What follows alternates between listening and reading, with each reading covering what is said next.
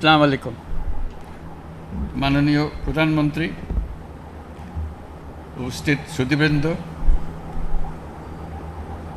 আজকের অনুষ্ঠান বিশেষ ঐতিহাসিক গুরুত্ব বহন করে। ওই গুরুত্বটা আমি শুধু স্মরণ করিয়ে দিতে চাই। পৃথিবীর নানা দেশে নানা জাদুঘর আছে, তারা অতীতের অনেক জিনিস সংগ্রহ করে বিশেষ বিশেষ জিনিস রাখে জাতির সামনে তুলে ধরার জন্য। এই জাদুঘরটি ভিন্ন, এইটি বিষয় দৃষ্টি আকর্ষণ করছে। এটা অতীতের কিছু সংগ্রহ নাই, এখানে একেবারে টাটকা নতুন যা ঘটনা ঘটেছে তাৎক্ষণিকভাবে সেগুলো সংগ্রহ করা হয়েছে। এরকম জাদুঘর আছে কিনা জানি না, কিন্তু আমাদের সুযোগ হলো ঘটনা ঘটছে, সেই ঘটনার প্রতিটি নমুনা, প্রতিটি ইতিহাস আমরা তাৎক্ষণিকভাবে সংগ্রহ করতে পেরেছি এবং স্মৃতি জাদুঘরে নিয়ে এসেছি। এটা আমাদের ইতিহাসের একটা নতুন পর্যায় সৃষ্টি করেছে। অতীত এবং ভবিষ্যৎ এই দুটোর মাঝামাঝিতে এই জাদুঘর। এই জাদুঘর তাৎক্ষণিকভাবে অতীতকে ধারণ করেছে, কিন্তু ভবিষ্যৎ রচনা করেছে। আমরা কারা, কি চাই, আমাদের মনে কি ছিল। এ বালক আনাস কি আবেগের কারণে, তার ভিতরে কি তাড়না ছিল, সেই চিঠি তাৎক্ষণিকভাবে লিখে গেছে। এটা কোনো পরিকল্পনা করে সে লেখে নাই। মা তাকে বাধা দিচ্ছিল, বাবা তাকে বাধা দিচ্ছিল মিছিলে না যাওয়ার জন্য। সে বসে থাকতে পারে নাই। কেন পারে নাই সেটাও লিখেছে। এটা ব্যাখ্যা দিয়ে এক পৃষ্ঠার একটা চিঠি, সুন্দর হাতের লেখা, রেখে চলে গেছে। আমাদের সমস্ত তরুণ যেন এই চিঠির লেখক হয়। আমরা গেলাম, আমরা নতুন বাংলাদেশ করতে চলে গেলাম। এই হলো এই জাদুঘরের বৈশিষ্ট্য। এখান থেকে নতুন যাত্রাপথ রচনা হবে। আমরা পথ হারিয়ে ফেললে এখানে এসে পথ খুঁজে নেব। আমরা যদি আমাদের চিন্তায় কোনো গাফিলতি আসে, আমরা এখানে তার ঠিকানা বার করব। আমরা নতুন সূত্রে আবার যাত্রাপথ শুরু করব। এটা এমন এক জাদুঘর যে বাংলাদেশের যত তরুণ তরুণী, যত নাগরিক আছেন, সবাইকে যেন একবার দেখার সুযোগ হয় এবং প্রতিদিন দলে দলে আসবে, দেখবে, নিজের মনের কথা লিখে রাখবে, লিখে জমা দিয়ে যাবে।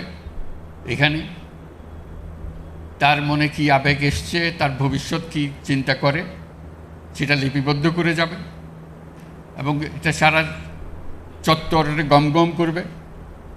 যে কবরগুলো সাজানো আছে, যদিও সে প্রকৃত কবর নয়, কিন্তু তার প্রত্যেকের কবরের সঙ্গে একটা নাম থাকবে। সেই নামটা খুঁজে ইতিহাস বার করবে। এখানে ইতিহাসগুলো থাকবে যে কেন, কিভাবে মারা গেছিল, কোথায় মারা গিয়েছিল, তার ইতিহাসটা কি। এগুলো আমাদেরই বন্ধুবান্ধব, আমাদেরই ছেলে মেয়ে, আমাদেরই পাড়া প্রতিবেশী। এটা কোনো বিশেষ ধরনের রাজনৈতিক কর্মী নন। তারা একেবারে সাধারণ ঘরের সাধারণ ছেলে মেয়ে, যা রাজপথে নেমে তারা চেয়েছিল যে এই বাংলাদেশ আর চলবে না, আমরা নতুন বাংলাদেশ গড়ব। এটাই ছিল তাদের আশা।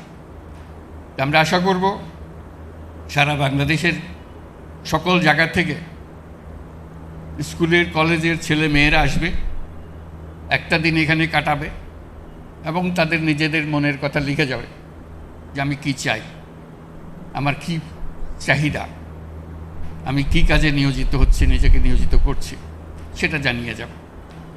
এটা সারা দেশের সকল সংস্কৃতির একটা পীঠভূমি হবে। গান বাজনা, বাক্য, প্রতিকৃতি, আর্ট, সব কিছু এখানে দলে দলে ছেলে মেয়েরা আসবে, লিখে যাবে, দেখাবে, মনের কথা রেখে যাবে। কাজে এটা হলো সেই কেন্দ্রবিন্দু। এটা আমাদের ইতিহাসের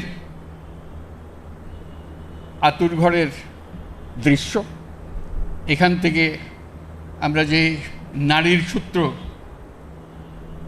যে রেখে যাব সবার কাছে, এই সূত্র যেন আর ছিন্ন না হয়, আমরা এই সূত্রে গঠিত হয়, সমাজের সমস্ত চিন্তা ভাবনা এর মধ্যে আসে। যারা এই জাদুঘরের পরিকল্পনা করেছে, যারা এটা বহু কষ্ট করে প্রতিটি জিনিস, আজকে আমরা কয়েক মিনিটের মধ্যে দেখে আসলাম, কিন্তু এটা প্রতিটি জিনিস সংগ্রহ করতে বহু সময় লেগেছে, বহু কষ্ট হয়েছে। কোন জিনিসটা পাওয়া যাচ্ছিল না, সেটা কিভাবে সংগ্রহ করতে হবে, এটা নিয়ে বহু ধরনের চেষ্টা চালানো হয়েছে, যাতে শেষ পর্যন্ত সেটা আমরা সংগ্রহ করে এখানে রাখতে পারি, সবার সামনে দেখাতে পারি। কাজে ওই নারীর সূত্রটা এখানে স্থাপন করা হলো, যাতে সারা বাংলাদেশ নতুন ভঙ্গিতে, নতুন দৃষ্টিতে সামনে এগিয়ে যাবে এবং আত্মমর্যাদা নিয়ে, সাহস নিয়ে আমরা আমাদের বাংলাদেশ গড়ে তুলব। যারা এই জাদুঘরের পেছনে পরিশ্রম করেছে, এটাকে তৈরি করেছে, তাদের প্রতি আবারও ধন্যবাদ জানাচ্ছি। আমরা অবশেষে এই জাদুঘর উদ্বোধন হলো। আমরা আশা করব যে দেশের ছেলে মেয়ে, যে দেশের সকল নাগরিক একবার হলেও আসবে, সপরিবারে আসবে, নিজে আসবে, বন্ধুবান্ধব নিয়ে আসবে, এবং কিছু সময় কাটানো এবং চিন্তা করার জন্য। শুধু দেখে গেলাম হইচই করে সেটা না, বসে একটু চিন্তা করা, কেন এটা হলো, কীভাবে হলো, এটা কি আরও হবে নাকি এখানেই স্বার্থমাপ্তি করবো আমরা, এটা চিন্তা ভাবনাটা করে যাওয়া। আমরা আজকে অবশেষে উদ্বোধন করতে পারলাম। সেটার জন্য যারা আজকের উদ্বোধনের জন্য কাজ করেছে তাদেরকে ধন্যবাদ জানাচ্ছি। সবাইকে অশেষ ধন্যবাদ।